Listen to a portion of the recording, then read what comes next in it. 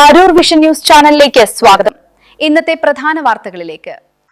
ഇന്നലത്തെ കാറ്റിലും മഴയിലും അരൂർ ലാഭം മാർക്കറ്റിന് സമീപം വീടിന് മുകളിലേക്ക് തെങ്ങ് വീണു. 1.5 ലക്ഷം രൂപയുടെ നാശനഷ്ടം. വാർത്തയുടെ വിശദാംശങ്ങൾ. കാറ്റിലും മഴയിലും അരൂരിൽ വീടിന് മുകളിലേക്ക് തെങ്ങ് വീണു. വൻ നാശനഷ്ടം.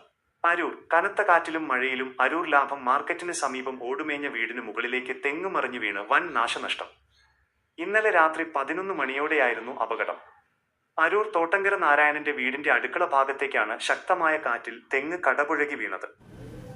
ഇന്നലെ രാത്രിയായപ്പോഴാണ് ഭയങ്കരമായ മഴയിലും കാറ്റിലുമാണ് സംഭവിച്ചത്. തെങ്ങ് പുഴകിയാണ് വീണേക്കണത്. വീട് ഭാഗ്യമായും തകർന്നിരിക്കുന്നത്. പഴയ വീടാണ്, ഓടിട്ട വീടാണ്. ഇത് 11 മണി ആയതുകൊണ്ട് ആരും റൂമിലുണ്ടായിരുന്നില്ല. അതുകൊണ്ട് അപകടങ്ങൾ വളരെ കുറവായി. സംഭവ സമയത്ത് കുടുംബാംഗങ്ങൾ മറ്റൊരു മുറിയിൽ ഉറങ്ങിക്കിടന്നിരുന്നതിനാൽ വൻ ദുരന്തമാണ് ഒഴിവായത്. വീടിന്റെ ഓടുകൾ ഇടിഞ്ഞു വീണ് നാരായണന്റെ ഭാര്യ ജലജയ്ക്ക് നിസ്സാര പരിക്കേറ്റിട്ടുണ്ട്. ഓടുണ്ടായിട്ട് ഞാനിവിടെ ആ ഓട് വീണ് കിടക്കണതിന്റെ അവിടെ തന്നെ കിടന്നിരുന്നേ.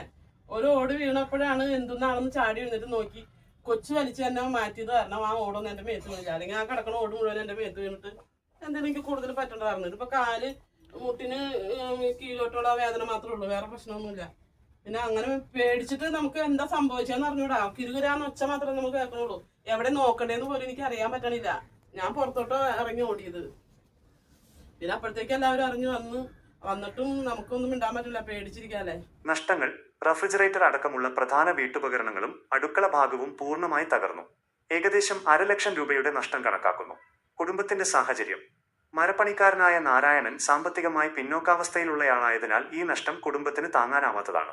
അപകട വിവരം അറിഞ്ഞ് അരൂർ പഞ്ചായത്ത് പ്രസിഡന്റ് വീട് സന്ദർശിച്ചു.